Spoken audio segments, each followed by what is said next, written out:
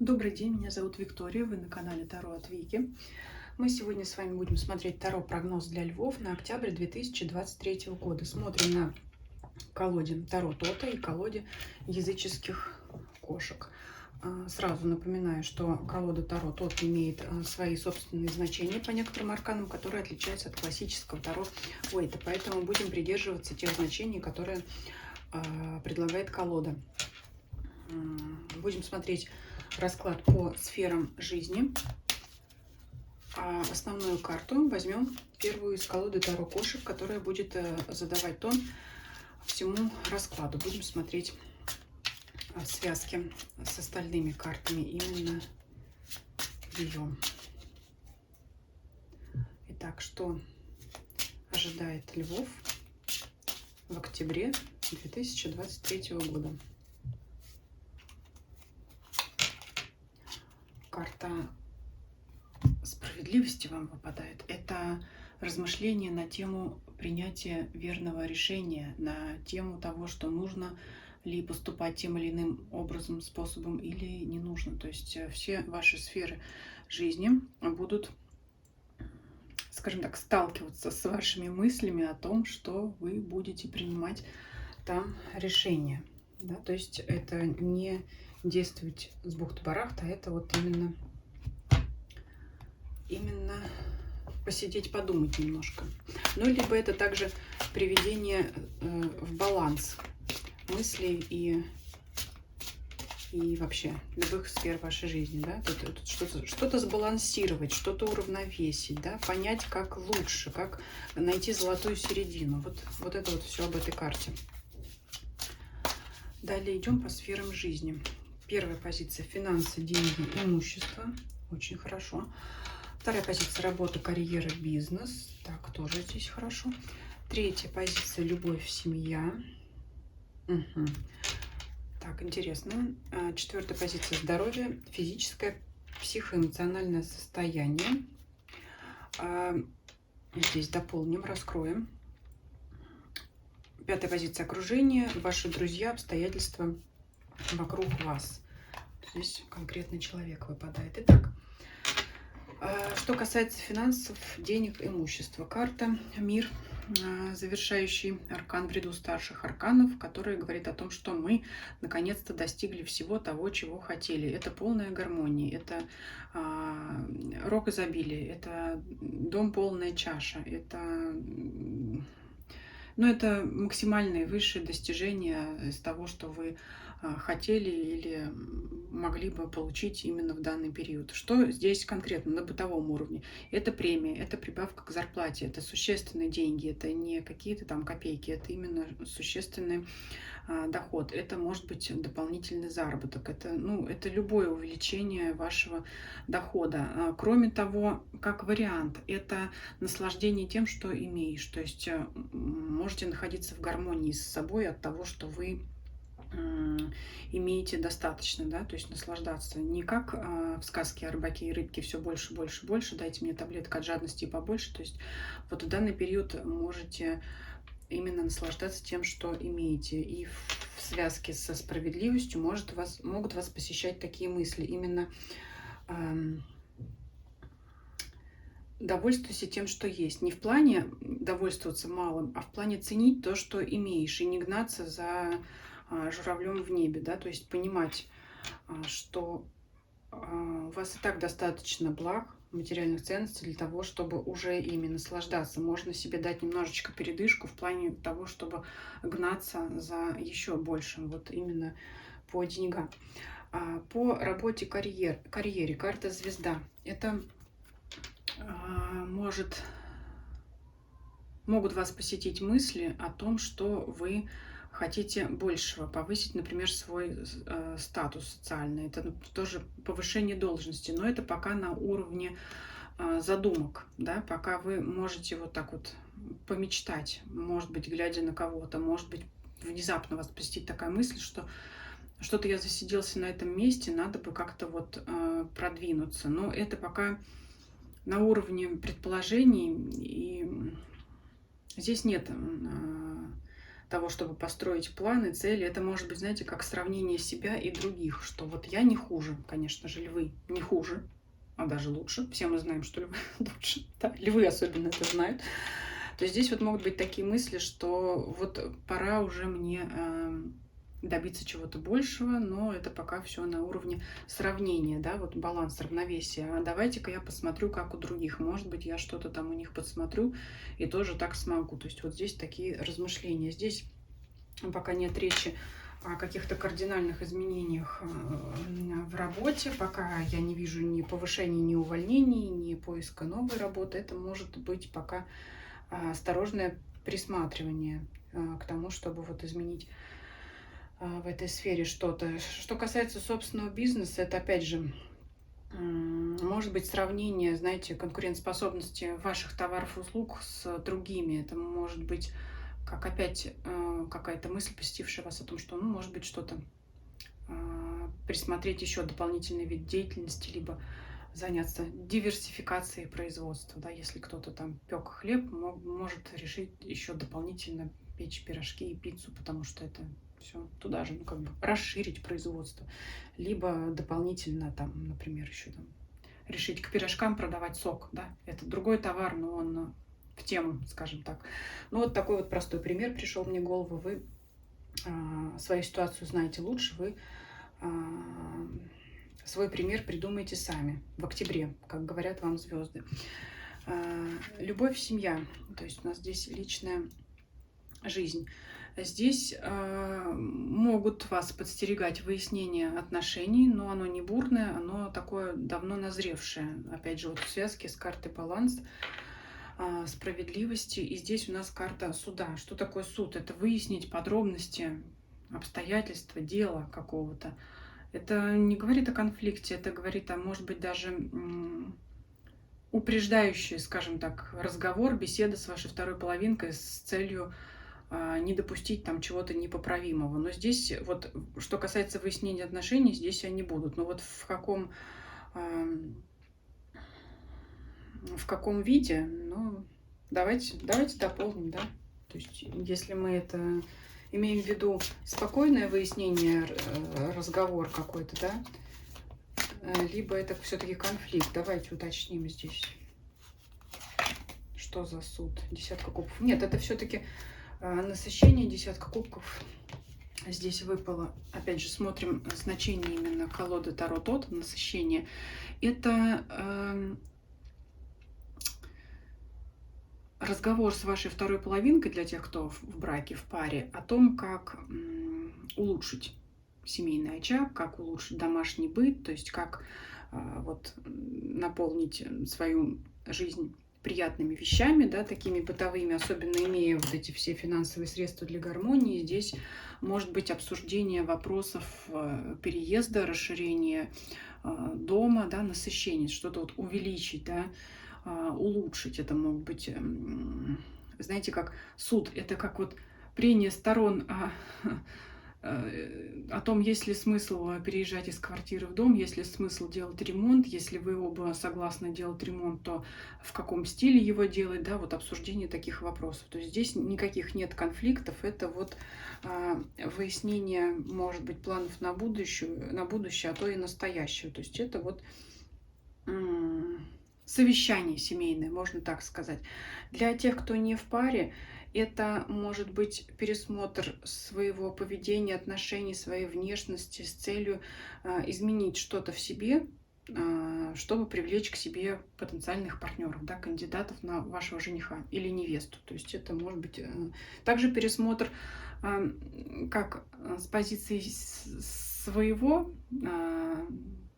своей внешности, своего состояния, да, своего поведения, так и пересмотр отношений к другим людям. То есть это может быть, ну, не то чтобы снижение планки с целью увидеть потенциального там кандидата, своего партнера в другом человеке, но это может быть в принципе, знаете, как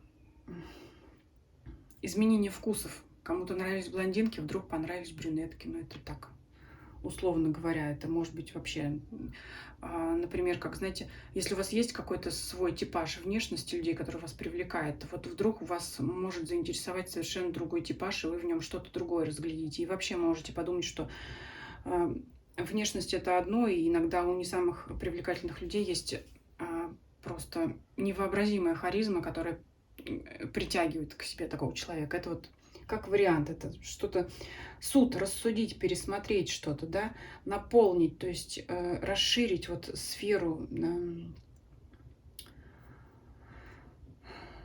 сферу вот этих вот характеристик, да, набора, да, привычек, что-то во внешности, вот этот вот набор расширить, да, который вас будет привлекать. То есть все здесь вот на увеличение.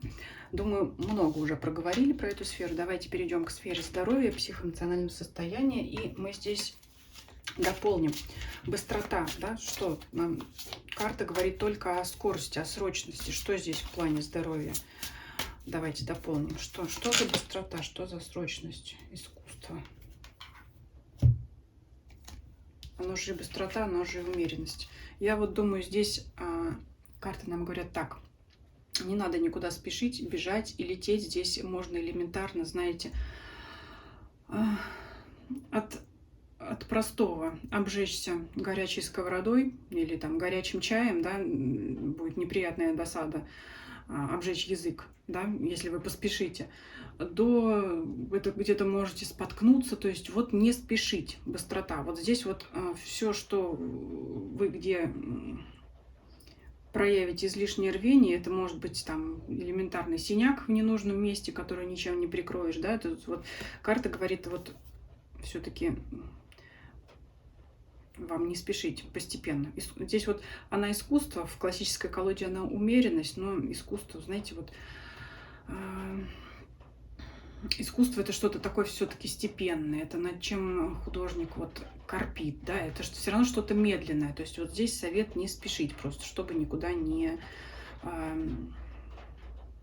ну, не попасть, да, как я уже сказала, это может быть что-то, какой-то урон своему здоровью из-за спешки. Если смотреть ментальное состояние, эмоциональное состояние, это опять может быть, не обращайте внимания на резкие слова, брошенные в ваш адрес, могут ранить вас. Также сами не бросайтесь резкими словами, которые могут кого-то обидеть и потом и вас заставить переживать. То есть это вот здесь излишняя пылкость, излишнее рвение какое-то. Ну так, в принципе, на этом по здоровью все. Следующая позиция — ваше окружение, друзья, обстоятельства вокруг вас. Здесь королева мечей, это говорит о конкретном человеке все-таки. Королева мечей. Давайте все-таки дополним. Тоже разброс довольно-таки большой. Здесь вот много дополнений у львов. Ну что поделать? Так, у нас выпадает королева мечей. Она к вам с чем? Как известно, королева мечей — это как королева пик. Это может быть недоброжелательница, но это все-таки женщина, либо это человек разума, который может вам помочь. Вот давайте спросим, с чем она к вам? С помощью, с умом, с дельными предложениями, либо это ваш враг? Кто это? Доблесть? Нет, это вам помощь. Это ваш союзник. Причем довольно-таки жесткий союзник. Как может быть жесткий союзник? Вот так вот. Это человек, который будет играть на вашей стороне, может быть, даже воевать на вашей стороне, потому что семерка жезлов – это борьба какая-то. Это человек, скажем так, из вашей команды, это ваш какой-то приверженец, это ваш защитник, это может быть человек, который вовремя сообщит вам какие-то детали и какую-то информацию, которая поможет избежать неприятностей. Опять карта справедливости. Это принять решение, послушайте свою сторону и чужую сторону, и вот и ее, может быть, сторону, то есть взвесить. Но это, я не могу назвать это доброжелатель, это все-таки человек, который активно защищает ваше дело. Это очень похоже на коллегу, скорее всего. На коллегу. Что у нас здесь по карте? Ну вот, смотрите, по работе, пока вы можете мечтать о чем-то новом в плане карьеры, работы, бизнеса, пока вы можете мечтать и строить планы на будущее в этой сфере, здесь какой-то есть человек, который стоит на страже вашего дела. То есть она может помочь вам как бы взять часть обязанностей на себя, отстоять там что-то в то время, пока вы будете заниматься вот этими поисками, изысканиями. Здесь вот именно как соратник, так что ли, если можно выразиться, да, то есть это кто-то на вашей стороне, кто-то вам в помощь. Это человек, коллега, на которого можно положиться. Это может быть, знаете, как сотрудница, коллега, которая очень хорошо знает законодательство по масти мечей, которая, как, знаете, как юрист, который может всегда отстоять в борьбе там какой-то спор. Тем более здесь вот карта справедливости, это опять что-то урегулировать. Это также может человек быть, который в вашем окружении сгладит какие-то острые углы при общении с другими, то есть найдет выход из какой-то такой ситуации. Не вижу здесь особых конфликтов, может быть, она вовремя это сгладит между ближайшим вашим кругом общения. Особо больше внимания заострять не буду на этом, но это важный человек вот на данный период в вашем окружении. Кто-то за вас, знаете, готов порвать глотку. Вот так вот я бы сказала, вот так.